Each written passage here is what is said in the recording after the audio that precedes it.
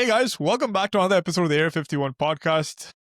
We're back with one of our episode regulars, so we don't have to waste a lot of time on introductions. So welcome back, Steven. Yeah, good to be back. Hopefully, a little bit more positive, hopefully, but I don't know, man. It's kind of crazy right now, isn't it? My definition of positive is changing day by day. It's not too bad, right? Like this isn't as bad as I had hoped with it's kind of what I think of as positive is, it could be worse. Yep. That's what I tell myself every day when I think, hey, you know what, can't get worse than this, and I just I hear something new, and I'm like, oh, okay, it did. but I, oh, it's a lot to unpack over the last couple of weeks, man, mhm, and I thought we could do a few topics today, with starting with students, because I mhm, know there's a lot of changes in the student spectrum of visas, right? And yeah, then if you've got time, everyone's freaking out about third country national stamping. yeah, my For gosh. that's a I'm big like, shocker. yeah, selfishly, the only thing that about that was like, okay, was like people ask, "Oh, can I go for stamping here?" And it's so much based off of each post. Now I can be like, "No," Nope, nope. like it's a much easier no, which isn't good. But Oh, people that's kind of think hilarious. like, what? I'm talking to this immigration attorney, and he doesn't know if I can go for visa stamping in Italy because I'm traveling. And it's like, I don't know. It's like the consulate. And now it's just like, no, Nope, like, nope. no. I hate it. I hate it. But, Yeah. like you said, let's look at some positives. And for me, selfishly, it Yep. comes Yep. easier to say no.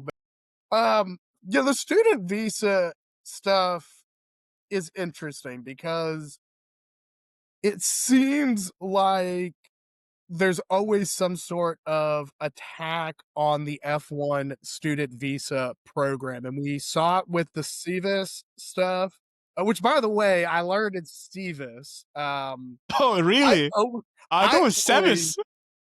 yes, I have for years. I mean, I've been doing this Sevis. for almost a decade and thought it was SEVIS, and I was in a hearing and on a virtual hearing, and the judge Sevis. looks at the government attorney. She's like, "Is it Sevis or Sevis?" And he said, "Your Honor, we believe it's Sevis." So, Oh, wow. yeah, so I'm like still trying to condition myself to say Sevis because it doesn't sound right. Um, Sevis. but we started with that. Well, let's take a step back. We started with kind of the attacks on places like Columbia University, right? Yep. And we, Yep. the Ozturk case and all that. And then we saw what came from that turned into the Student Criminal Alien Initiative that was the SEVIS terminations that were all litigated and thankfully went very well Yep. for the Yep. students. We still have some cleanup litigation. We're trying to now fight for the visas that were revoked, or at least the negative impact on it, but it hasn't slowed down. We've seen them go after Harvard Yeah. and Yeah. them as an SEVP institution, which is crazy. Like some of the best lawyers in the world From are Harvard, from right? Yeah. Harvard, and they're like, "Hey, let's pick this fight." Um, but let's talk about the two topics I think people are most interested in. We see some pushback on OPT, which we'll talk about because it's not Yep. everybody, Yep. and the new DHS regulations. So I think that's the big one, right? Because everybody's concerned how this is going to impact. And so, um, And I honestly feel bad for the new students, because when you're just arrived into the country, that's a lot to process. Usually it takes a couple of years before you get a hang of what the immigration system is. And for these kids who just joined, my brother being one of them, right? So I've got like personal stake oh in my this. gosh. He just started studying in Boston, right? And I'm like, okay, I need to make sure that he knows everything what's happening so that he can educate himself and take care of himself in the coming weeks or months or years. Well, And no, I hear you. Like, that's crazy because student yep, visa is yep, like, they're coming over like, "Hey, I'm gonna go be a student." Like, that's so hard as it is, right? yep, yep. And You're a expensive. yeah, right? You're putting so Yeah. much money into it. You're a student, you're in a new country, and now it's like, "Hey, all the rules are gonna change." So, crazy. But yeah, we start, so what was it? 2 weeks ago, end of August, Homeland Security does a notice of proposed rulemaking to get rid of the duration of status for student visas, and they're going to get, if this regulation becomes final, a I-94 for the duration of the program, which could be no more than 4 years. So if you've got a master's degree program that's 3 years, it could be a 3 year I-94. If it's a bachelor's degree, it could be a 4 year. And what creates a lot of complications is kind of in the weeds on this because, okay, it kind of makes sense, right? You know, that we have dates that are certain instead of this duration of status because no other visa category has that. But it was created, all because student visas, being a student is so weird as it is, right? You might slow down, you might speed up, you might take OPT, you Yeah. might, delay CPT. your Yeah. graduation. I mean, I knew a lot of people I went to school with for my bachelor's degree that did 5 years. That was very common. I took summer classes to avoid that, Yep. but Yep. it was not uncommon for folks I went to school with to take 5 years. And so, what what this rule wants to do is you're going to get an I-94 for the duration of your program. And if you want to go beyond it, you're going to have to file an I-539 to extend with USCIS. So, okay, quick question there. So it doesn't mean your I-94 is automatically of 4 years. So if it's a 2 year program, you get your I-94 for 2 years, even though you've got 4 years before you file for an extension. Yeah, so they way I read this is it will be the duration of the program, but no more than 4 years. Wow, that's even worse. Yeah, Yeah. that's Well, I could tell you the one caveat to that is I thought it was going to be every year. I really thought with they were going to do their worst, they would be every year you got to show that you're making degree progress, and like thank God they didn't do that. But um yeah, so if you've got a 2 year master's degree, you're going to get a 2 year I-94. If you've got a 4 year bachelor's, it's a 4 year. But if you've got a 7 year medical program, it's going to be a 4 year I-94 that you're going to have to extend, which is so every PhD super program weird. is going to be hit by default because I think just so. very rarely do you see PhD programs that are less than 4 or 5, right? So, oh Yeah. wow, that's insane. So just to break it down for students who are listening to this, right? Earlier you had something called duration of status, right, Stephen, which meant until your program continued, even if you take additional programs, like if you decide to study further, as long as you maintain status, you're good, right? That is now no longer the case. Well, not yet. If the And what rules, if it gets passed, right? Yeah, and what was nice about that is it really put the power in the educators. And what I mean is the school, I think, is in a better position to determine, is this individual making progress to a degree? Maybe my first semester of my bachelor's degree, like I did terrible, skipped a few classes here and there, didn't do so great. Uh, Which is natural, Now, right? Because you're yeah, acclimating from high school to university life, and that's a big right. change, right? And now, like when we talk about F1s, we're talking about that, but we're also talking about coming to a new country. Yes, yes, exactly. Like I'm originally from Virginia. I went to college in Texas, and so like I had some homesickness, but like I could see my parents. They flew in, a couple times to see me. That's a lot different if your like parents are in India, right? With the time zone, yeah, with the Yeah, and time like I zone. could talk to my parents at night. It was easy. Like we didn't have to like do that.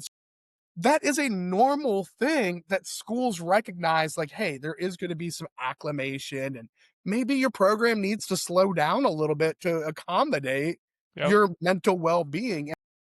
Now that's not really going to be on the table because you have that I-94 and it's up to exactly 2 years. USCIS whether they want to, in their discretion, extend it. That's actually, I don't know, man. That's gonna cause a lot of hurdles because I'm just thinking of the fact that since you put it really well, right? You've got a lot of homesickness, you've got culture shock, right? Because it's Mhm. totally different from the culture that the education system's different, right? You've got a different style of learning from your home country, and you come here, and then you've got for me personally, something that I was like super surprised, or not surprised, it took me some time to get acclimated to, was the fact that I did my education till I was 21 in like uh, the metric system, and suddenly I'm like jumping onto the imperial system. I'm like, holy moly, Yeah, like, we got feet and yards and, like, these pounds and like, nobody knows how many, pounds to a ton or whatever, like, it's just much easier doing the imperial system. so it's you've got to keep up with all of this, and there's actually one line in that 41 or 42 page memo that they put out which said that academic probation suspension is not an acceptable reason if you want an extension of status, Yeah, right? and that's That's crazy because it crazy. look, full disclosure, my first semester freshman year, I had academic probation because, like, you fail a couple classes, right? Like, getting acclimated, and I picked it up, I Yeah. graduated, honor society and all, like, but, it takes a little bit for American students going to an American university to get their feet wet. Talk about international students who are Yep. completely they're choosing to come away from their comfort zone and their support system.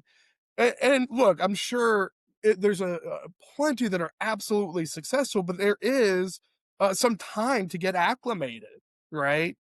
And And so you this need to give students an opportunity to a safety net, right? Like you've Yeah, got to be empathetic to the fact that it's okay to screw up once, right? and I It's want to be yeah, clear, yeah. like, before this all sounds doom and gloom. Like, this is a notice of proposed rulemaking. The Yep. rule is out. Uh, Students can comment on what they think. Anybody can comment on what Yep. they think, on Yep.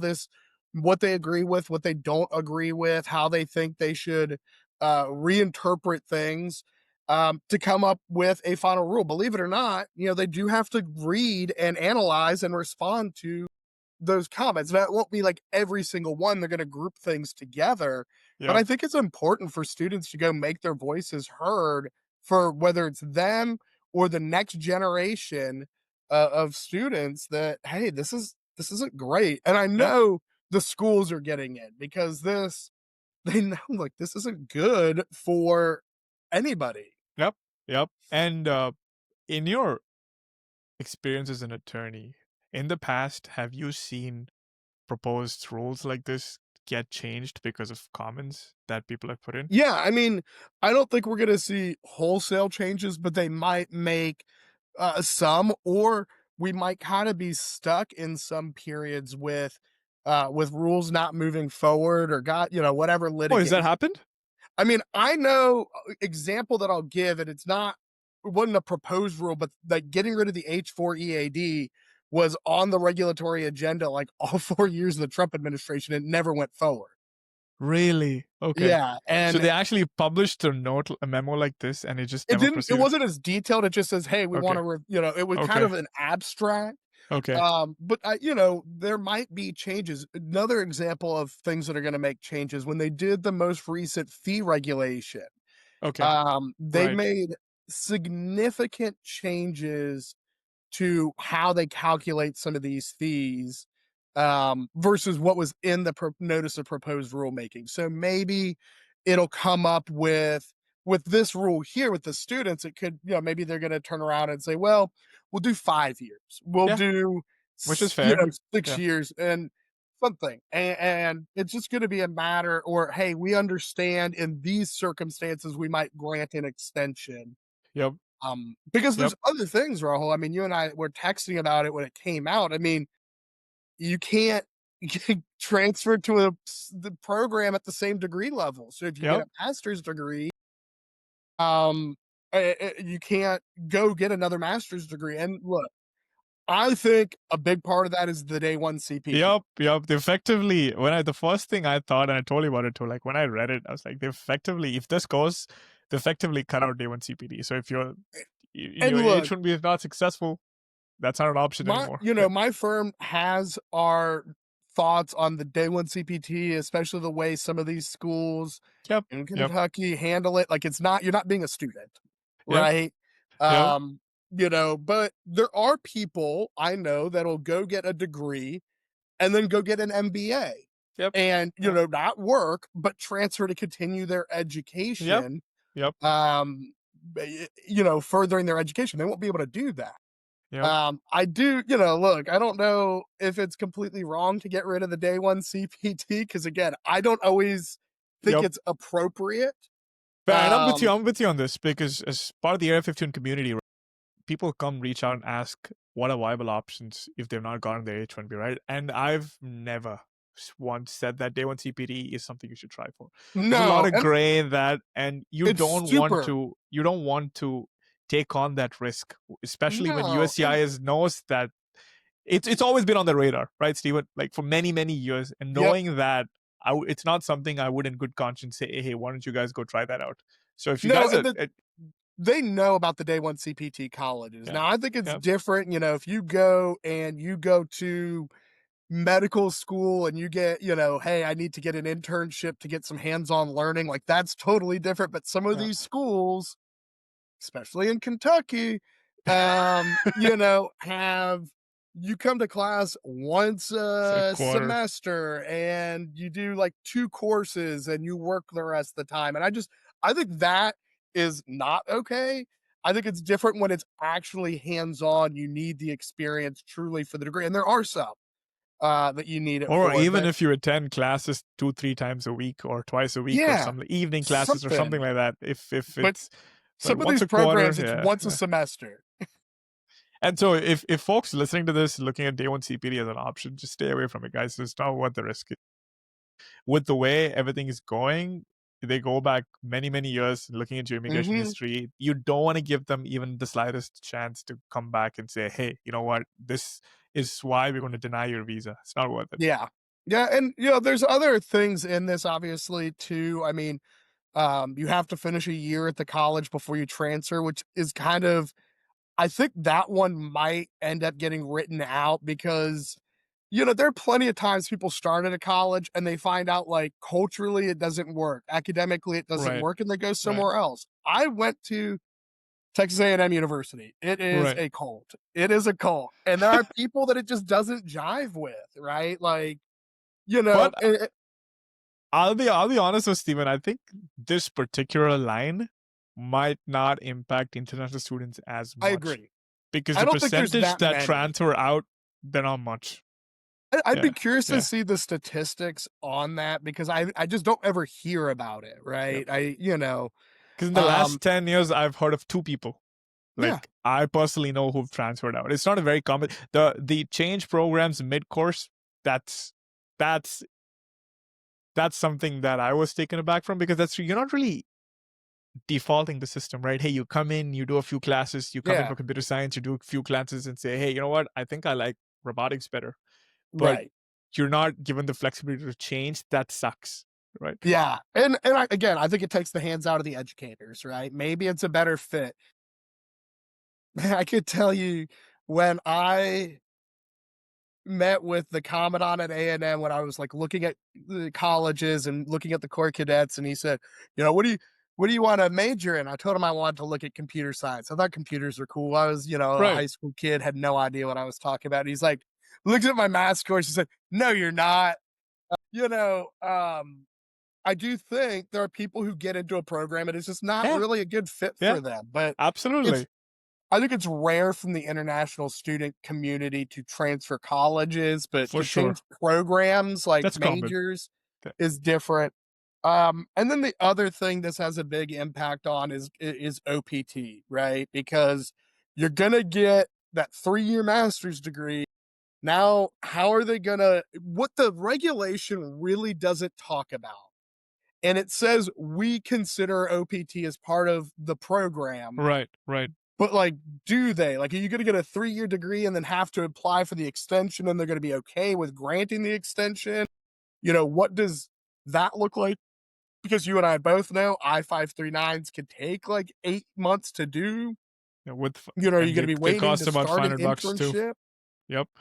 And so I'm curious to see, and I had a meeting today, about this with some other attorneys because there's just Right. a lot of gaps in the proposed regulation too. And like good example is cap gap. We Oh all yeah. know about cap gap and they Yeah. do this like one page thing about what cap gap is. And then they're like, that's it. Like, there's no, like, do you have to apply for an extension to get cap gap or anything? So there's a lot of it's kind of a half-assed written regulation where I think they took a lot of things from the first time they tried to do this in the first Trump Right. administration and, like, Right. threw it in Chat GPT. I guess Grok, it's gotta be a I don't Grok think thing. Grok anymore. Yeah. No, not anymore, right? But they threw it in, I guess he was hanging out this, Meta AI, right? He was Meta hanging out with AI. Oh Zuckerberg yeah, to yeah, get it, yeah. right? The 600 billion for the To next write 2 years. this, and it gave him, the 40 pages. But we'll see. Again, what I encourage is, like, students, make your voices heard. Like, go in and Yep. be like, hey, Yep. this is going to hurt us. Talk to your schools on how to, how they might be trying to help, because I do think a lot of schools are going to be trying to help their students out on this. Yep.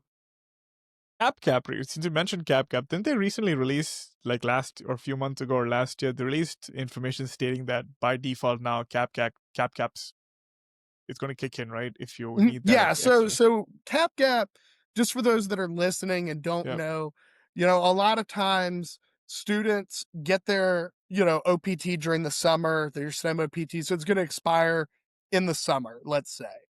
And let's say June 30th, just to use an example. Well, if you get selected, if you choose to go down the H-1B path and you get selected in the lottery in April, your H-1B can't start until October 1st, the beginning of the new fiscal year. So you have this gap between June 30th and October 1st where you had work authorization, you will have work authorization. So what do? And they created Cap Gap, which, as long as you timely apply for the H-1B change of status before your OPT expires, you get Cap Gap to automatically extend your work authorization until the H-1B is either denied or takes effect. The good thing that they changed back in the January rule that came out on H-1B modernization is it used to be you only got Cap Gap until September 30th. Now it's until the end of April, I think. And they said something like 98% of cases are adjudicated by April. And so it is helpful because, maybe you don't have to pay for premium, which is nice when you're a student and you like that $2,805. It's like Yep. a Yep. hell of a lot of money. For student, yeah, absolutely. Yeah. Yeah. And so it does, all you have to do, go get that I-20, from the school, show, they'll system will run it. So it's really good. But again, the regulation on here, like, what do you do? Do you have to apply for an extension? Like, what does that look like? So, keep an eye on it. Rahul and I are keeping an eye on it, Yep. Maybe we'll do something if it becomes a final rule too, on what Yep. to What expect, the final because changes are. Yep. Yep. yeah, because we'll see that. There's still time to comment, get in, do that. It is only a 30-day comment window, so it's not the typical 60-day. And just make your voices heard on it. So, a couple of questions on the timeline, Stephen. So, typically, students come in, right? They usually knock out their master's program in 2 years, right? Mhm. That's the standard trend that I've seen, right? So, you got 2 years. So, if you does your I-94 take into account the OPT or just the student program? I don't think it will, because when you look at I-20s, I-20s will typically be the Correct. duration of the program, the education. Yep. Yep. And then when Okay, you you're right. get OPT, they'll say, okay, program is like extended by a year. And then when you get Right. STEM OPT, another 2 years. So that's the part I don't know how they're going to do. If they're going to account for at least the initial OPT or maybe both, I don't know how they're going to handle, because again, the regulation doesn't, like, it talks about OPT and it's like, oh yeah, this is part of the program, but it doesn't Right. say like, and maybe they're going to change how I-20s are done. I don't Yeah. know. Yeah. Because there's also the OPT versus STEM OPT extension, right? So Right. there's a possibility they could club that one additional year of OPT into your initial I-94. Again, it's all Yeah. speculation, guys. We're just And we wondering. just, Yeah. Yeah. because the Yeah. Yeah. rule, again, it's not as complete as I would have expected, Yep. Yep. um, for a proposed rule. We'll see what comes about. So, quick thing to note, which I found really interesting, is that if you're on an F-1 visa, right, you get a 240-day auto extension uh, if you're on an on-campus job or you're having hardships Mhm. that you're facing hardships off campus, but they don't say anything about off campus jobs. So if it expires and you're like it's going to start a new job tomorrow, then you're pretty screwed. You're screwed at that point. Yeah, it's Yeah, there's and there's some weird provisions about, yeah. kinda working in folks that are already here, for like 6 months. They won't really have to do this. They'll still get the duration of stay, and I don't know. We'll see how they come up with it, but it seems like they're trying to create more of a headache than they really need to. I think if they, it's funny. They talk about what they don't want is these lifetime students, okay? And in the notice of proposed rulemaking, there was like 2,400 students that had been on F-1 for over 10 years. Are Like, you serious? well, yeah, but like that's such a small number. Like that sounds big.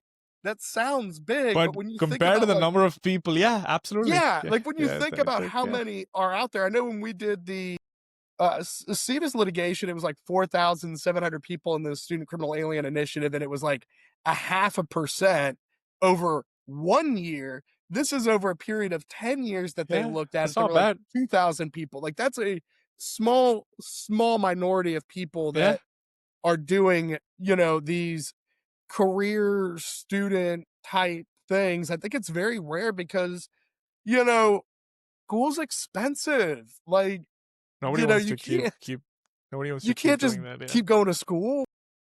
yeah, I know, and that's like in low percentage of like single digit percentage if you look at the annual intake of F1 students. Yeah, it's super it was incredibly low, and I kinda thought it'd be higher because, like, why are we doing the rule? Right. But it was, I'm trying to see if I can find it. It was just so tiny, the number let me look here because they drop it in a footnote. I'm pulling it up here, and it was just kinda crazy how little it was. Okay, DHS has identified 2,100 aliens who first entered as F-1 students between 2000 and 2010 and remain in active F-1 status as of April 6, 2025. So between 2000 and 2010, when they first entered, that are 2,100 still here. students. So like 15 years to Yeah, 25 years, depending on like which number, there were 2,100 100 students. students. And then That's yeah, you're right. That is low. That is low. they Yeah. talked about this other thing. What was the other weird one I thought? Um, they talked about this dance program that this What? oh, here we go. DHS identified a non-immigrant who was an F-1 student at a dance school from 1991 to 2021.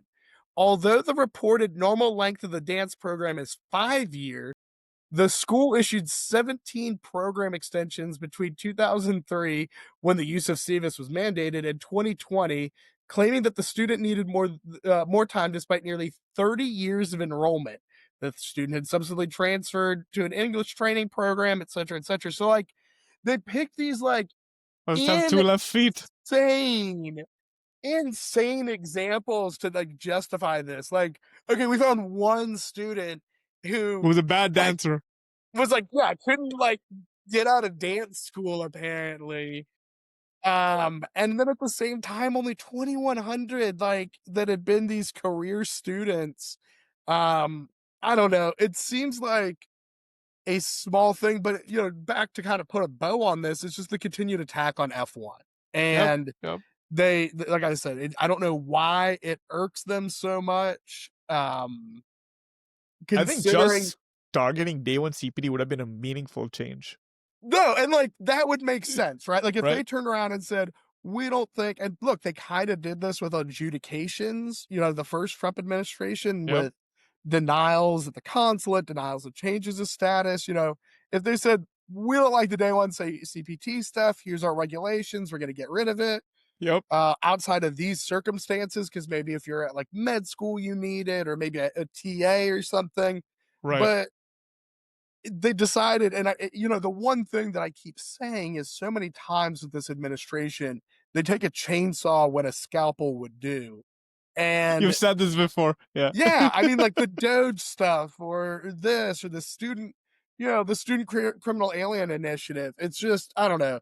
Again, we'll see. I'm curious to see, I Yeah. know NAFSA is working on, their stuff, and all these organizations that work with students are trying to figure this out. The 60 to 30 day was unnecessary too. I mean, 60 Yeah, days. that's Yeah. crazy. Right now when your program ends, you get 60 days because like you gotta take care of your life, right? Maybe you Yep. gotta sell a Yep. car, maybe you Yep. gotta get, whatever. And now they're like, oh, we're gonna make it 30. And like no justification, and by the way, you only get that when the program ends. If there's a determination you failed to maintain status, you don't get it. So if you've had too much Yep. unemployment time, you Yep. don't get the 60-day grace period if they say, oh, you've had too much. Yep. So it's I don't know. I don't know why. I couldn't get a grip That on was why they did that. unnecessary. I mean, 60 days is short enough as it is, especially in this economy, right? Do you really need to make that do you really need to have that? Yeah. It's just And, again, these students who, I don't know, maybe they've got, to finish up stuff. They need to, get out of their lease or whatever. It's tough. That's a lot in 30 yeah. days. Yep. Yep. And I think to end it, Stephen, I think the last thing is they also gave us the cost that it's going to cost folks. It's going to cost an additional 390 million annual over a 10-year Yeah. I period. mean, you think That's about insane. all all of the F-1 I-539s, Yep. are they gonna Yep. make you pay for premium because God forbid they adjudicate like a 5-page form in a decent amount of time? Yeah, I mean, that's ridiculous. Yep. And they actually gave us more numbers. Out of the 390, 86 million will be the costs that universities and sponsors will have to face in the US. The remaining 304 million are the additional costs that students are going to have to pay. The students are going to have to bear with the increasing international tuition that they already have on their hands. It was just pretty sad to see that. I mean, I feel for all the Yeah, new students who are coming in. and, like, you and I talk all the time, like, there are reforms needed to certain programs. I think, we both agree on the day one CPT, like, okay, that makes 100%. sense. Yep. Yep. If someone's in dance school from 1991 to 2020, like, okay, like maybe that needs some more oversight, but I think this is just too much. Yep.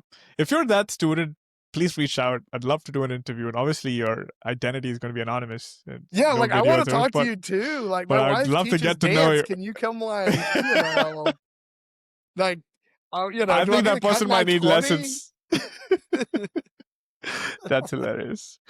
But thanks for that, Stephen. I think this has been a very important topic that folks Yeah. have been talking about because they just don't know what to expect. Uh, what we've spoken about is just proposed changes. Like Steven said, we'll try to get together and do something once it's approved. Do we know a timeline on when we can see this implemented? So this is what makes it weird. So they give a 30-day comment window, and this was published on it says they've got to get comments in by October 29th, Okay. or excuse me, September 29th, Okay. 2025. So that'll be the end of the 30-day comment window. And then they've got to write the final rule, respond to comments. And that's where we really don't know. They could do that quickly. They could take a while. I mean, I've seen some where it takes months to do Oh, okay. that. Okay. And then there's usually an implementation window where they'll say, okay, here's the final rule. We'll implement this within 30 days, 60 days. That gives time for people to sue on it if they need to, uh, Okay. if there's a cause of action. Um, So at least a year. Yeah. I think we won't see it probably from where we are. I I would imagine the earliest we would see it is the fall of 26, just because The where new we batch are of students. now, Yeah. I just Yeah. don't think I could see it for the spring semester, It's too right? Like soon. we're Yeah. Yeah. like they're going to be at the beginning of October by the time comments are done. You figure one, maybe 2 months to go through and write the final rule plus the implementation. I just think Right. they would say, hey, we'll have this take effect summer maybe, but Yeah. that'd be quick. Yeah. Just so you know, fun fact, Steven, I had applied for my F-1 visa from Dubai, right? Because Mhm. I grew up in the Middle East. I was living there at that point. I got my I-20 for my exact program duration, right? Yeah, Apparently, there's a rule that states that if you're applying in a country that's not your home country, you get exactly for the duration of your program. interesting. So all my friends had 5 years, but I had exactly, I think the program duration according to the university was 30 months or something of that sort. So my visa was exactly for 30 months. So Okay. so it Well, it you know, did cause a lot of issues with, because I couldn't go yeah, home and because that quickly, that frequently, and stuff like that. Because I had to apply for a new visa, I go through the whole this thing when my OPT was going on. So I totally feel for the new students that are coming in, because my friends who had the 5 year visa stuff, they were super chill, right? They go in and out, meet their folks, and come back. So yeah. yeah, And that's tough because, like, yeah, yeah, the visa stamping, like, that's our next topic. Like, that's already difficult. And, yeah. um, Nice segue. yeah, like, that's already difficult. It's going to get more difficult. And now it's going to be less time that you get that F-1 visa for, right? Yep, yep, and you've got to go back to India, which is Right. So, or your home country, if who else is tuning in. But well, that's like as seamless as a segue as I can hope for. So I what's think it? so. Like, I don't think it could get better than that. Like, Yep, it yep, was, yep. you would Let's think talk we about the planned new. it. Let's talk about the new rule that they dropped 2 days ago, Stephen. September 6th, they dropped a policy stating that you're not allowed to apply for visa renewals or apply for new visas too in your in a country that's not your home country, which Yeah.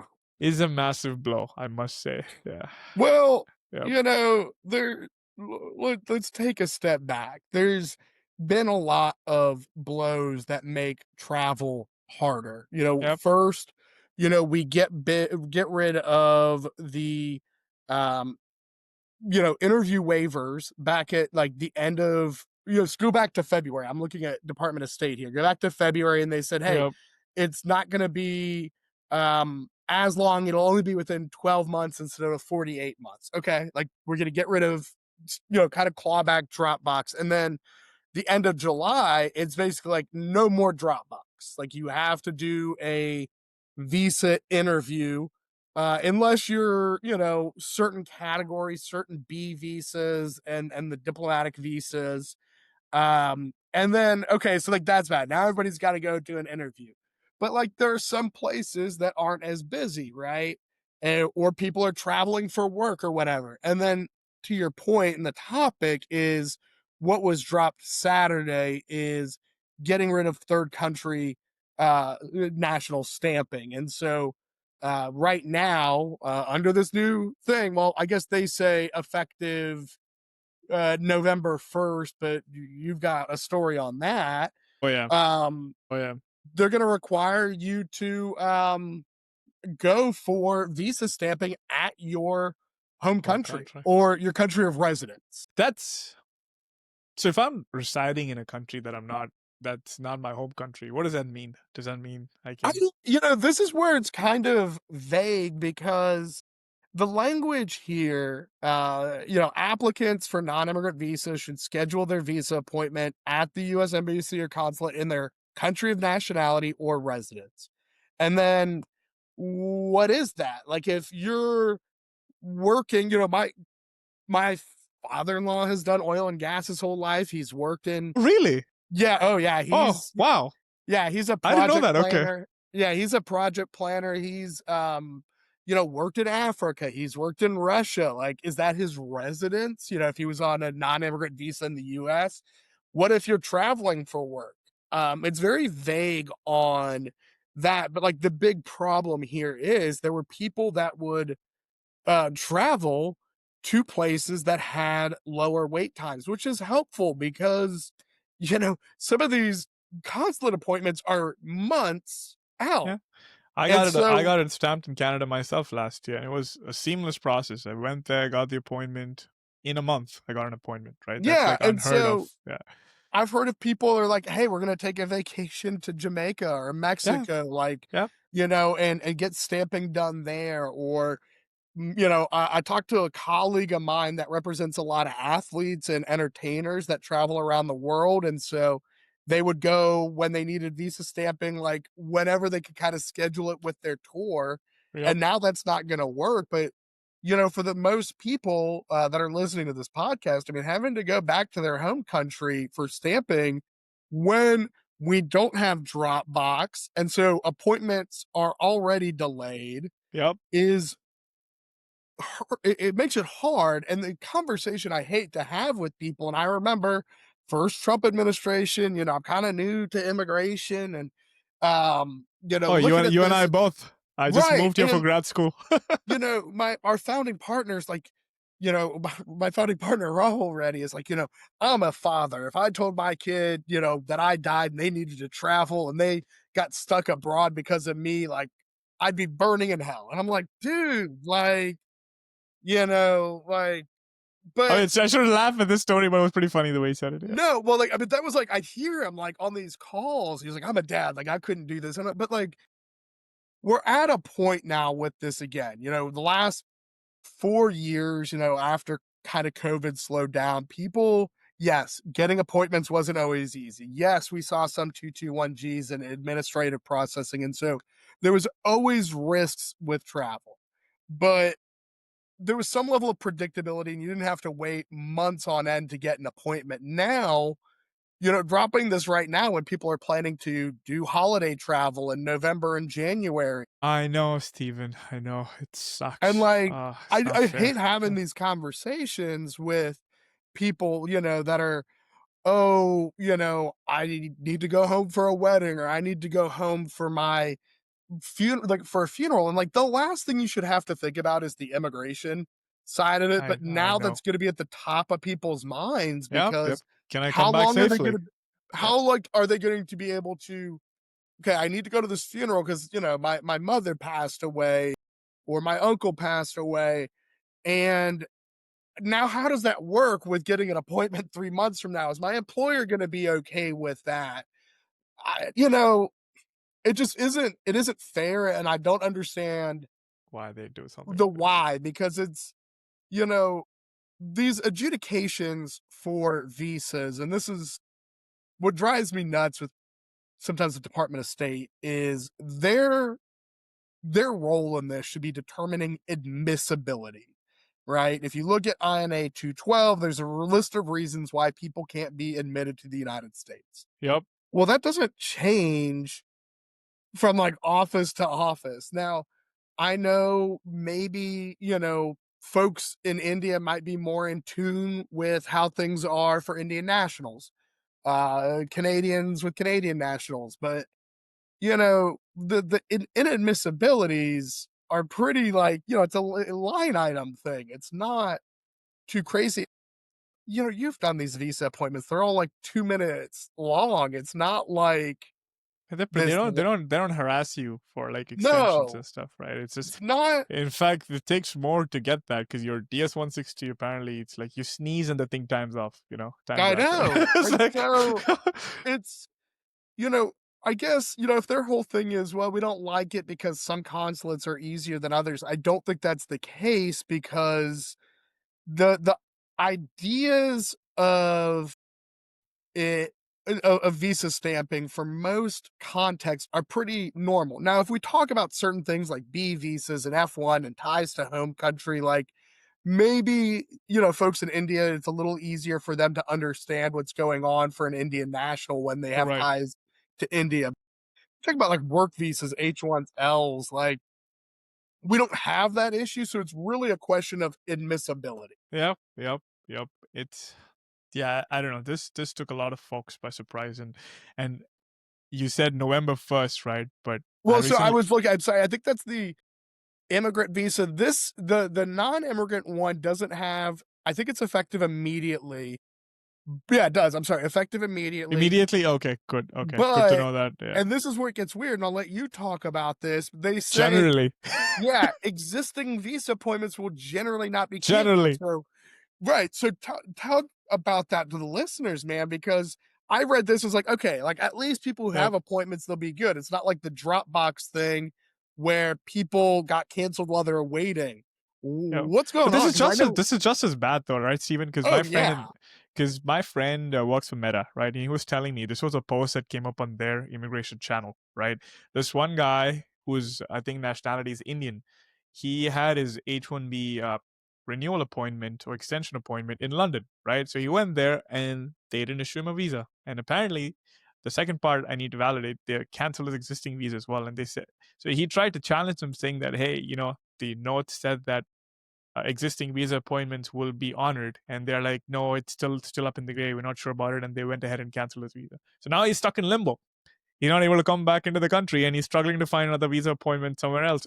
Well, not somewhere else, back home in India now, just so that he can get his stamp and come back. So if you're traveling outside to do this and you think that your existing appointment will be honored, be careful. Maybe speak to an Yeah. attorney.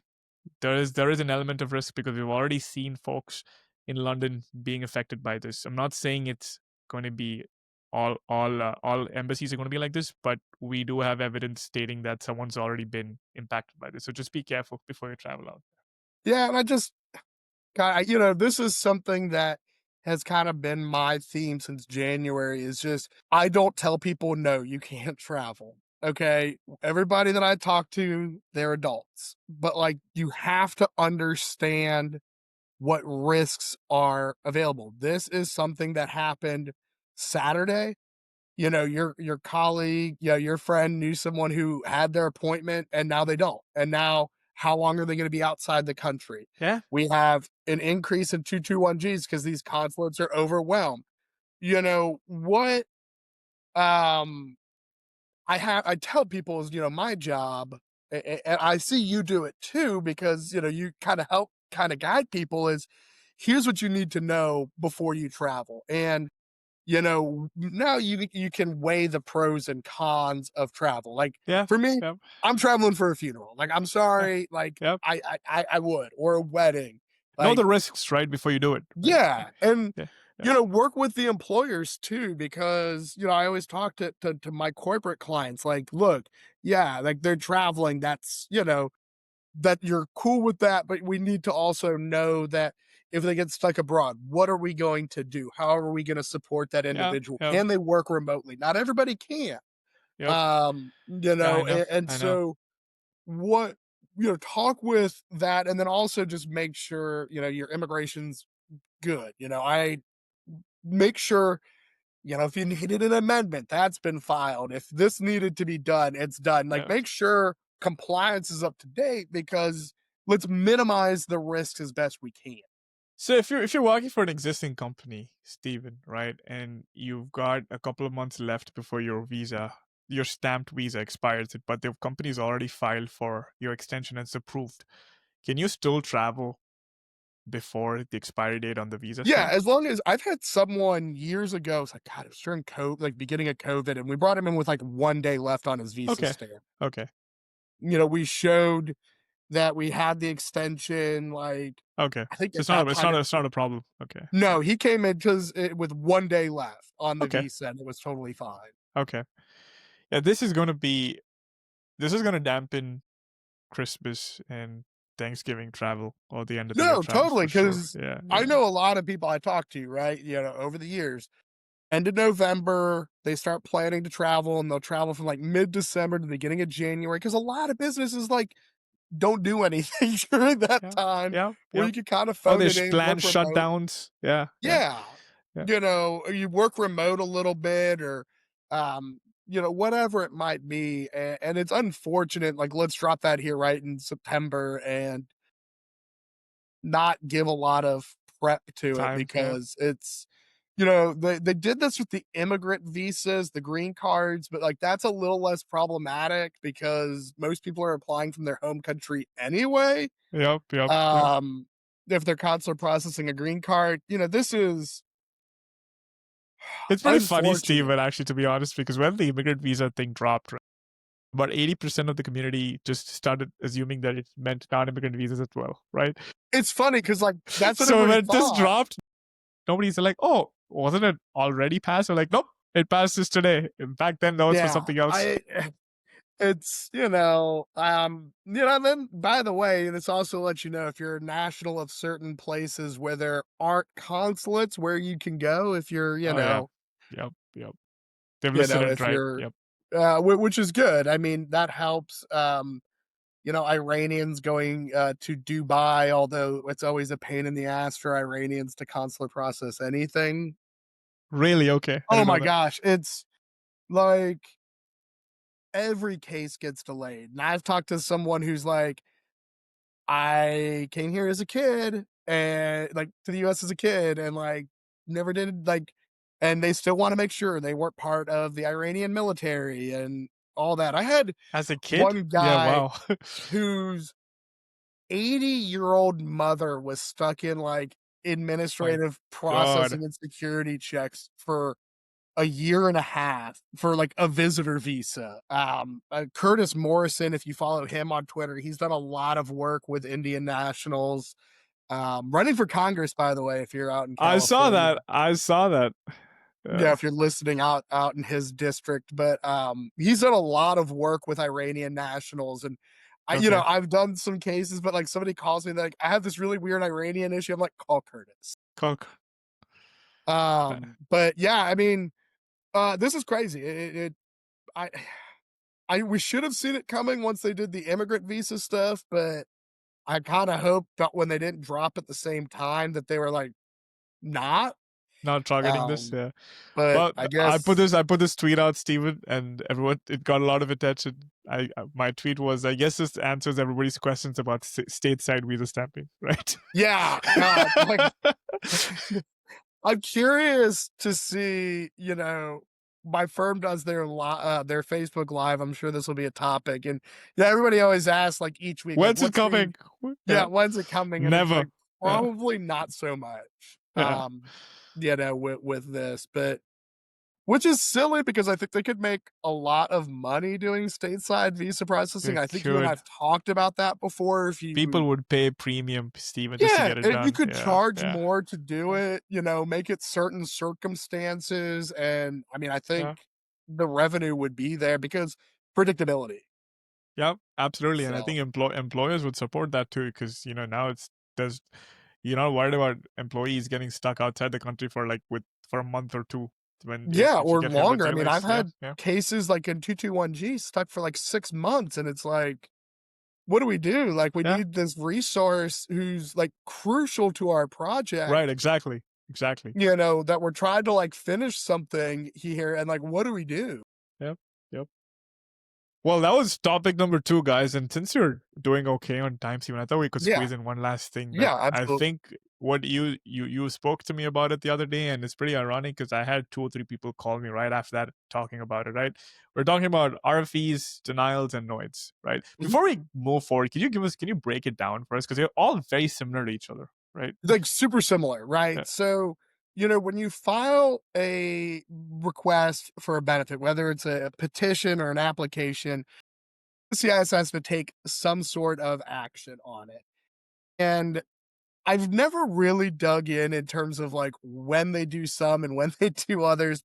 Requests for evidence, you're usually gonna get about 3 months to respond for I-129s. It's less for I-539s, but it's like, "Hey, we need to see more evidence of these things." A notice of intent to deny, is we are planning to deny your case because da da da da da da da. Here's how you can explain why. And tell us why we shouldn't. And we've really seen two things that are popping up in this category. Number one, they're getting bonkers about the signature rule. During COVID, they allowed What? scans of wet ink signatures. Okay. Now, I have always interpreted that it needs to be on the form. You sign it in pen, and then you can scan that in on the Right. form. Right. There have been some people who've taken some leniency with that and, have a scan of their signature that they use. We have seen notices of intent to deny on that. I've seen a denial that I talked to somebody about, and I heard two more today on a committee meeting I was on. Even though they had the signatures, I don't know what USCIS was thinking.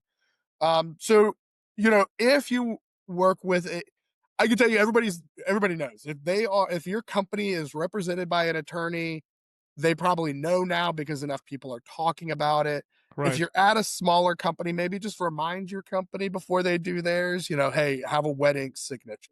So that's not allowed. So it's not allowed for someone to like sign it, scan it, send it to them. That's not allowed That is anymore. okay. If you have like you sign the I-129 Yep. and you scan that, you can use that. Like you can email that to me as the attorney. I can use Okay. that. Okay. What you can't do is some people have like I have a scan of my signature. And there are some businesses because like anybody who does any sort of volume with their signature has that Understood. in a file that certain I see people what you're can saying. use. Yep. Yep. And How can that they tell it happens. apart though? So what they tell me, I've seen the NOIDs is like the signatures here, here, and here look identical. We believe these were, you know, you know, we believe these were electronically generated or pen or whatever. You know, send us the originals. You can't send in new signature pages. Just send us the originals that you retain. Now, that retention requirement was under the COVID policy, but is not in the policy manual now. Right. There's no Right. like anything to say that. Good What's God. interesting, our good friend Brad Bannis, he and I were talking about this because an attorney friend of ours had reached out about one of her clients, and he and I were like digging into this. Well, the regulation just says handwritten, and like the definition of handwritten, by the way, is written by hand. It doesn't say in the regulation that it has to be the form. Now, do I think that's something that maybe in litigation I'm okay bringing up to a judge? Yes. Is it a lot easier for me to tell you sign the damn form and scan that? Yeah. Send it. Like Yeah. let's do that, please. So I'm guessing Um, e-signatures are completely out the window. no, yeah, Like on the just forms, that. Yeah. Okay. like absolutely not. And what's crazy, and like this is how backwards our immigration system is, right? Like I can do my taxes with an e-signature. I filed a brief to the First Circuit. Brad and I had a Supreme Court brief. I have colleagues that represent criminals, and they do a /S signature. Multi-million billion-dollar deals get done on Yeah. DocuSign, but God forbid you do an I-539. Okay, like you can't extend your vacation. Oh, that's Um, hilarious. so actually, even worse, I did the online filing system for H-1Bs is terrible. I hate it. It is not good. I had to do one. I had a client who desperately needed one. Like it was a time sensitive matter. So we did it. I had to print out a freaking signature page, sign it in wet ink. Like it tells me, it says, you need to print this page out, physically sign it, and scan it in for the electronic filing. My client, who is traveling at the time, is like, has to do this. He's like, I don't know, like, what the hell am I supposed to do? I'm on the road. And I'm like, find a scanner. The Like, scanner. it's like an electronic process. And now we like have to print something. Oh my God. Um, but I guess, the big takeaway on that one is just if you're filing anything, don't do a digital signature. Don't do a scan of the signature. Now, if you wet ink sign it, you can scan that in. That is still allowed. It used to be when I did petitions, Yep. it used to be before COVID. My clients had to send me like every time they're, here's the signature page for this. Now they can just send me, hey, an email with it instead of mailing it to me, which is kind of nice. But it has to be a scan of a wet ink signature. Understood.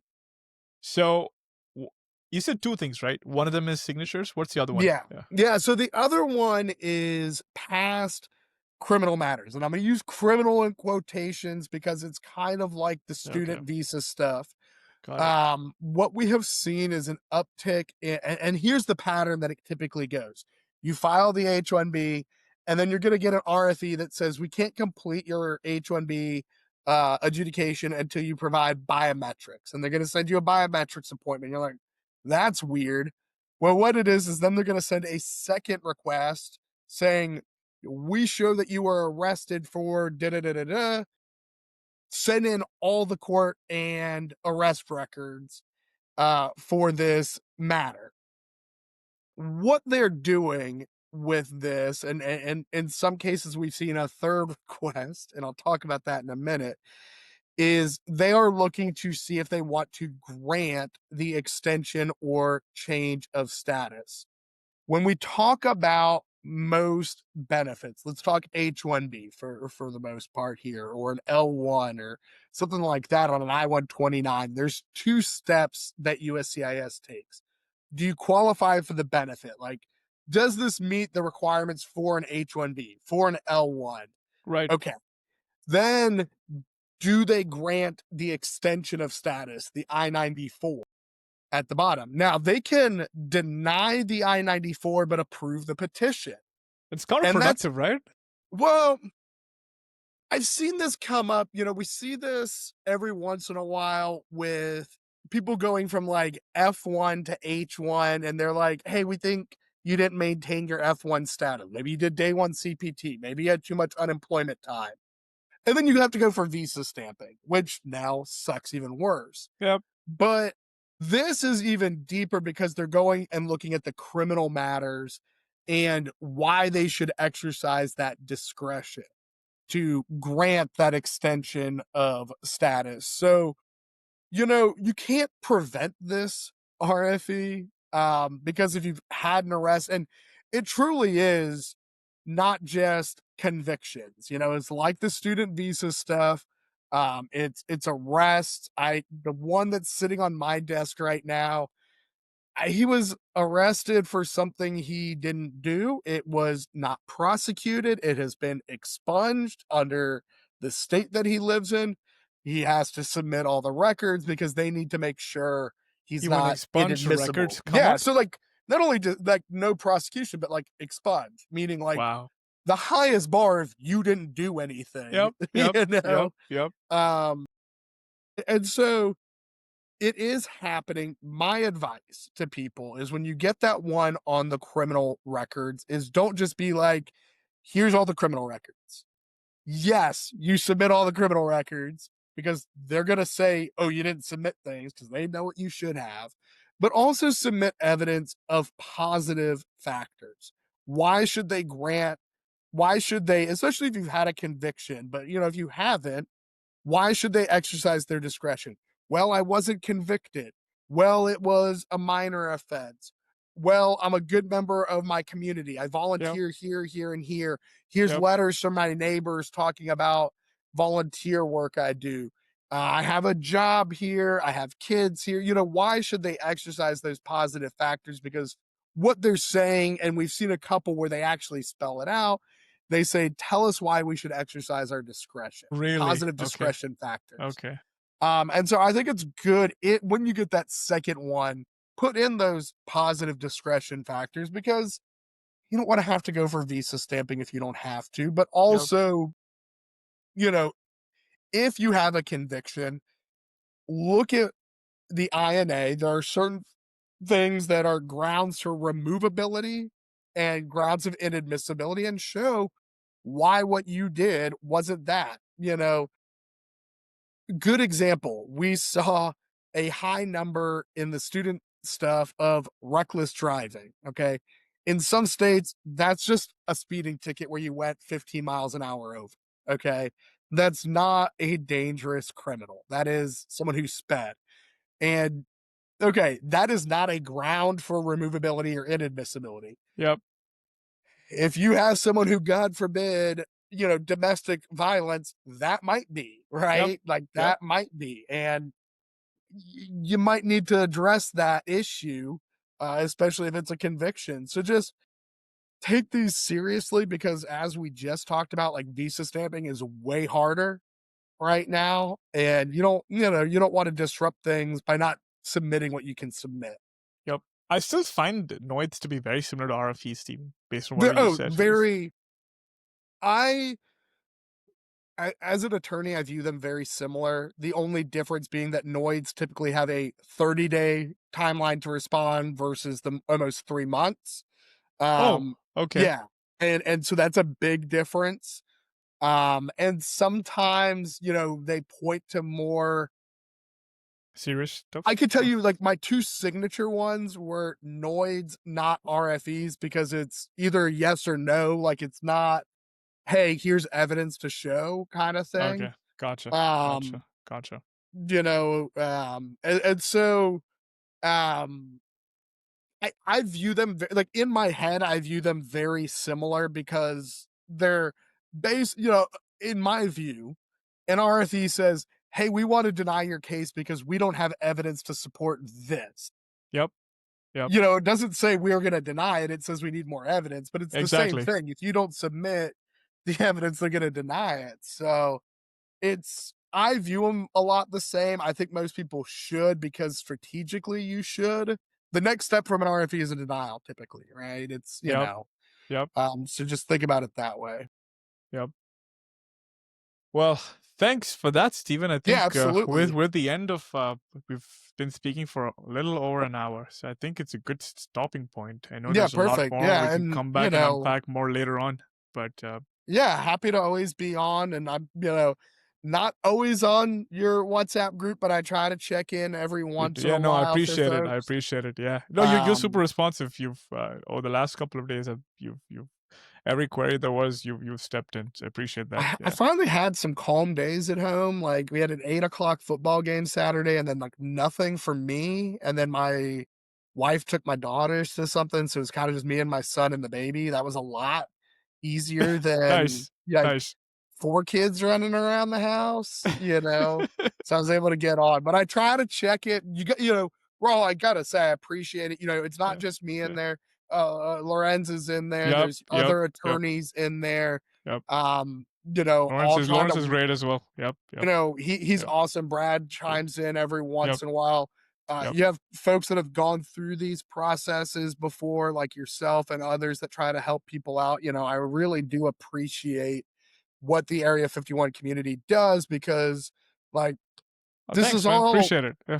crazy times Yeah. right Yeah. now. And, like, the Yeah. more people can help each other, and, like, from an attorney side, like, I love Lorenz. Like, I want him to be able to help folks just as much as I want to help folks Yep. because Yep. I Yep. want folks to get help, and I don't care Yep. that it's from me. I mean, Yep. Yep. as long And as that's they really get, cool too. I mean, it's so nice to see everybody coexist.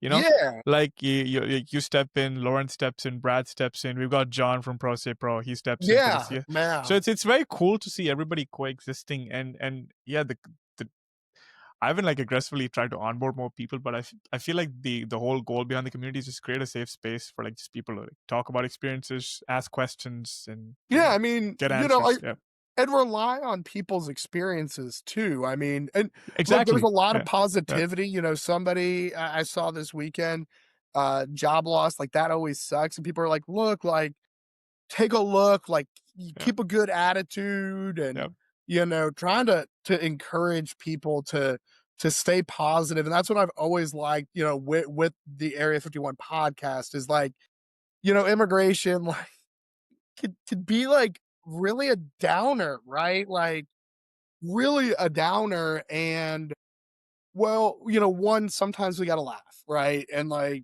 I told you beforehand, you're like, before we got on, we were talking about people going from, into the United States for school. And I told you, like, I went from Virginia to Texas. Like, I got called a foreigner by a professor who, like, No, no, she was giving me a hard time. Professor Lim was, like a 300-person class. She was teaching Texas political science. It's all like Texas Constitution and all this.